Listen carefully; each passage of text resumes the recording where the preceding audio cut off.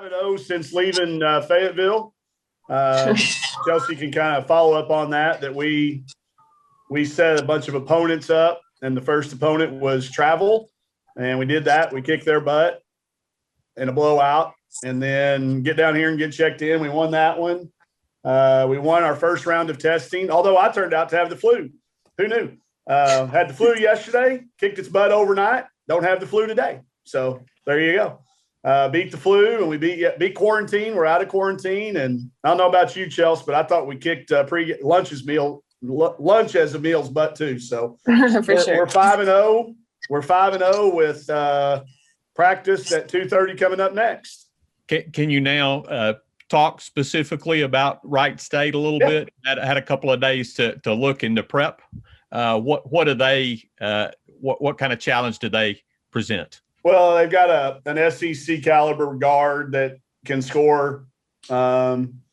Against multiple defenses. She can get to the rim. She can get to the foul line. She can create off the bounce. She's a tough matchup. They've got size. Although it's a 6'4" that's blocked 27 shots, it's not a 6'4" that's blocked 127. So they do have some size on the perimeter. They've got a 4 that can, match up size-wise with Chelsea. What I said from the get-go was the most important thing is they've got a championship trophy sitting there with a net hanging around it that says they won their conference. They're confident. They play that way. It's not, they're very opportunistic on transition. Other times you'll see them, walk it up the floor. I think that's why some of their scores are in the low 60s, but their offense is better than that. And I think their defense is a little bit, their numbers are a little bit driven by how they play offensively. So we'll have to be opportunistic. We will have to really work hard to establish fast pace because they will do a lot of things to try to establish the pace they want to play at. So, but again, the main thing that concerns me is I know Katrina Merriweather. I've known her since I got into college coaching. I know how hard her teams play. I know their entire assistant coaching staff. I recruited 2 of them unsuccessfully. And then y'all all know Tilnell Adams, how rugged and how tough-minded, defensive-oriented, do whatever it took for the team to win mentality, and they carry that over. So the fact that they're a conference champion and a conference tournament champion, the biggest thing I'm concerned about. And then, just their cohesiveness and their talent, their ability to have a blueprint that has given us problems in the past. So definitely not the 13 seed I would have signed up for, but it's the one we got. And like Chelsea said, we'll go to work on them today. We haven't done anything at all Wright State in practice. We'll wade into it a little bit today. And it is still an awful long time away, preparation-wise. JC was just making fun of me because ever since we've got here, I said, now what day is today? I know the date, but earlier today, if you would have said, hey, I'll give you $500 if you can tell me what day it is, I'm not sure I would have wagered a dime because I just the days have melded together. But we know we're getting closer. We'll do a little bit of Wright State, but the main focus will be on us getting, like Chelsea said, just bouncing it and just shooting it. We will be in the convention center practice today. We won't be at the Irwin Center until tomorrow. We're really looking forward to that. The girls don't know this yet, so y'all don't spoil it too much. But, the big contest tomorrow is going to be who can recreate the U.S. Reed half-court shot from that court. I'm going to have to show it to them because I'm sure none of them have probably seen it. But that was where U.S. Reed hit that big shot back in the day. So we're going to have some fun trying to recreate that shot over there tomorrow. It's a unique challenge to get on a bus and drive what they're saying. Although it's only 70 miles by GPS, there's a lot of traffic between here and there, a lot of construction. They're saying it's taking people an hour and a half to 2 hours to get to practice. It'd be good practice for us getting over there for the game time on Monday as well. So it does feel like the NCAA tournament, though. I would tell you that a little different, but they've done a great job. The signage is great. Everybody, they had people waving at us. I'm sure they were planted there, but they were waving at us when we pulled out of the airport and things like that make these kids feel like they've been a part of something special. Chelsea didn't mention it, but, she's sitting there wearing new gear. You get NCAA tournament gear from Nike and It's got an NCAA tournament feel to it, and I'm proud of how our kids really have. Kind of going back to something Nate was talking about, just kind of put the SEC tournament, use that as the wrap up of the end of the year. Not a 1-game series. It was the end of the SEC season, which finishing 8-2 in our last 10 games against the schedule we had. I think we've got some momentum going into the tournament. Is that I was going to ask too, the guard, is there somebody you face that she's comparable to? Take a pick off of anybody in the SEC. Everybody's got a guard like that. I mean, Ole Miss has a couple of them. The thing is, in the SEC, you've got a lot of times there's 2 or 3. But I would liken her to a couple of the kids from like I said, every team in our league's got a player like that. Every single team has a guard. She's got some Kayla Pointer in her. She's got a little bit of Jordan Lewis in her. She's got a little bit of, Q Morrison, Gabby Conley, Jordan Nixon, who I hope hits buzzer beater after buzzer beater against somebody else other than us. But everybody in our league's got a guard like this that can get going and build confidence in her entire team and enough just to individually on a night, if you don't guard her, she's enough to beat you. So we hope that we'll be able to use that experience against those SEC opponents to be sure that we make her life tough. She's going to score. We just want to make sure that she has to really, really earn them. Thanks. Yep. Russell, go ahead. It sounds like the bubble life down there is much better than Indianapolis, but has there been anything that's kind of surprised you? How well the NCAA has made it feel like a tournament. Yeah, I was – to be honest with you, I was trying to paint the bleakest, darkest picture I could for our kids. And it helped because we were hearing some horror stories out of Indianapolis at first, about the meals they were getting. So I'm really happy with how they've done it. It felt like when you walked into the lobby, other than it feeling like you were in the hotel by yourself, even though there's 8 other teams here, they've made you feel special. And I have been surprised by that because I thought that'd be a really tough task. I thought that'd be really hard because we get spoiled pretty quick. And, but the food's been good. The hospitality's been amazing. The people that have been walking us back and forth, they make you feel special. And I think that's the important part of it. I really want our kids to know the difference between the NCAA tournament and the other tournaments. I want them to sense that so they can now go back and tell every kid in the future, there is a big difference in these postseason tournaments. And this is the one you want to play in. And they've done a great job, a really, really good job. I'm surprised they were able to get the Riverwalk green too. I've seen it in various shades of not blue, but I've never seen it green. So, but it looked good. City looks great. Weather's been amazing. So far, so good. We'll see how we do with now that we're out of quarantine. Jacob, go ahead.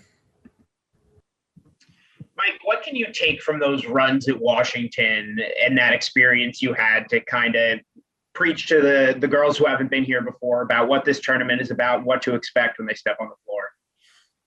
I think that I'll be able to recognize signs as they start to happen, having been there. And know that it's okay. You might have a crappy practice one day and you can still come back and go deep. Or you might shoot it eyes out in practice and that doesn't carry over. So hopefully it'll be an experience of if they run into something, we can just talk them through it. Whether it's good, whether we need to talk them down or talk them up. I think that's where that experience goes. And then having Chantel there to tell the story, I don't have to tell them very much. Chantel tells that story. She tells them about this. We started looking at what was next. She was the one that kind of brought this idea up of, hey, you remember how we made it just about what was next? Don't give a full itinerary. Just give it to us bits and pieces so that we don't get caught up. Because I do guarantee you that there are teams down here right now that are so happy to be in the tournament that they're not going to play very well as because of that, because they've already reached their goal. And if you allow yourself to start to sense that, you're going to play like that. So just keep beating what's next and then let the results take care. So I think those experiences and Chantel being able to tell that story, and then, the 2 that we have with Destiny and with Chelsea that have been in these tournaments, it'll be worth a point or 2 Jacob. It'll be worth a point or two, maybe more. Settling us down or keeping us grounded if we happen to get off to a great start. But to soak it in, that's the one thing I hope I'm able to bring them is, man, soak everything in that we get an opportunity to do. Because these are the things the kids are going to remember long more than they do the game. I guarantee you, if you ask our team at Washington what the score was, they're not going to remember. They're going to remember the bus ride or the plane ride or the silly video or the Nike Christmas that we got. The game is so far down the list of things. So I think making sure our kids do have a good experience and that it is obviously important that we go out and perform well and play the best for our ability and try to win. But it is all those other things that I think experience will be helpful. Sharon. Nick, go ahead. Hey, Mike, just wanted to introduce myself. My name's Nick Petriccioni, the new guy here at KNWA. Thank you for taking the time. You mentioned the fanfare, the experience that you guys are taking in, but switching to the game, what is the team's attitude going into a first-round matchup in this tournament? But you turn your uniforms in if we lose. That's the first time we faced it. The attitude is that this is now about doing the exact same thing, the exact thing that we've asked you to do as an individual all year long to help us win. There were times this year during the season that Chelsea's jump shot might not be falling, that I would go in and immediately call 3 more plays for her to get her going back again. Okay. In this event, if somebody's jump shot's not falling, we might go to somebody else. And Chelsea may be the first person to say that to me. Coach, Slocum's got a mismatch. Get it to her. There's just been a change in this last week of how they've all approached it. In that whatever you have to do individually in this particular game, be ready to do it. I shrunk our play card from it looked like a football play card into a note card. Strip things away. Just be good at what we need to be good at to beat Wright State. And what you need to do, what your individual role needs to be in doing that. And, with our 8-player rotation, I all gave them a very short list of things they can do to help us beat Wright State. And then we'll see what comes up next. But I think it becomes very, very focused on one play, one day, one game at a time, one thing. That's why we've adopted this what's next thought process. And we've tried to carry it over into everything we do so that it just keeps, we don't have an itinerary. It's driving Amber crazy. If y'all known Amber Shirey long enough, y'all can only imagine how, she is a itinerary. She goes, is it okay if I have one? Yeah, Amber, you can have one. Just don't share it. You need to know what we're doing, but don't put out more than 1 or 2 things at a time. Whatever we really have to know, tell us.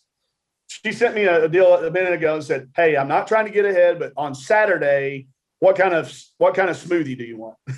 I said, okay, well, I'll text you, but I'm not going to ask whatever. So I think it's just important to stay in alignment with that, because the second you start getting out of alignment with that, man, you're bringing in going home, at the earliest possible date rather than the latest possible date. Thank you. Nate, go ahead. Welcome to Fayetteville. Mike, was this kind of like almost like a master plan when you look at it on how this team evolved, like with the holdovers and Jalen, and then adding Chelsea and Amber and how it's all blended together? Man, I would love to take credit for it and say that it was all a blueprint and a master plan. It was hopes, Nate. I hoped we could do it. I was confident when I had those conversations with the committee about taking the job that we could, in a very short period of time, become an NCAA tournament team. And then the thought was not only become one time, but be multiple times, because that's not in our history. Back to back to back is not in the SEC tournament. It's the SEC era. Going to the NCAA tournament, that's not in that history. And I thought we could. I believed we could, and I trusted that we could. But it wouldn't have happened. And you can take all the things. Jalen staying, us finding Taylor Thomas. That was that fell in our lap. We did zero recruiting. We got a phone call from a former Lady Razorback coach. You're going to like this kid. Not only did we like her, we loved her. And she's developed. And then, yes, they all fell into pieces. But Nate, I hoped we could, because you know how much I love Arkansas and you know how much I wanted it to be done. But man, a lot of things had to fall right, and it did, to get it to this point in the number of years it has. But it was a plan, but I wouldn't go as far to call it a master plan. Maybe a blueprint that got followed because a lot of good people stayed and a lot of people believed with lack of evidence. That's what faith is. Faith is believing with lack of evidence. And we had a lot of kids that had faith in us because we didn't have a lot of evidence to spread around that Chelsea should come here. Hey, Chelsea, come over here. Guess what? We're going to be picked 14th in the league. That's not the recruiting pitch that usually lands kids. And hey, when you get here, we're going to load you up and it's going to be incredibly hard. We're going to ask you to do all these. It's going to be hard. And to do that, she knew she needed some help. So she helped us recruit. She helped us sell. She helped us, Jalen Mason, I think in her interview, we all know Jalen's very, very intellectual and very smart. I think she honestly I don't think she could have predicted the pandemic, but I think she took a good hard look at what this year's potential had to be. And I think she wanted to be a part of it. And she said that in her interview. So a lot of smart people doing their jobs and doing them very well. And then, the randomness of luck, of all the other things to fall the way that they have. And then the other luck you bring in is, the luck that we get a chance to play Baylor. We weren't the number one pick from the SEC to represent the SEC in the Big 12 Challenge against Baylor. That passed through a number of teams' hands, and I was stupid. And I said, I will play them. And then you get an open date and you say, man, why don't we play UConn? That looks like a good idea sitting here today, but I don't think anybody necessarily believed in the midst of the schedule that we had and the losing streak we had going that I was sane at that point in time. But a lot of luck and a lot of really, really good people getting it to where, and now we got an opportunity to, again, I don't want to skip dominoes. I don't want to try to jump too many dominoes ahead, but I think we have proven that if we play like we're capable of, we can stay down here for a while, or we could go home Monday night. I mean, that's out there too. I think somebody said it early in the year really well. This is a team that could lose in the first round or a team that could win it and could go really deep. And I think they're accurate. We just got to make sure we're that second team. Has the chemistry surprised you at all? You just when you go through what you inherited and how they stuck with it? I didn't think it would be possible for Slocum to be able to come in under the circumstances, especially without being able to get to know kids, without being able to spend time with them. How are you going to get to know your teammates without being able to spend time with them? Well, the answer is you're not.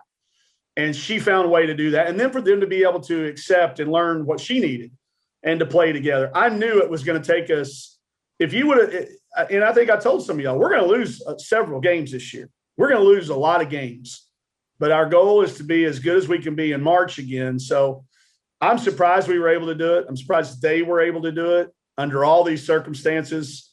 I've got a lot of confidence in this generation of kids.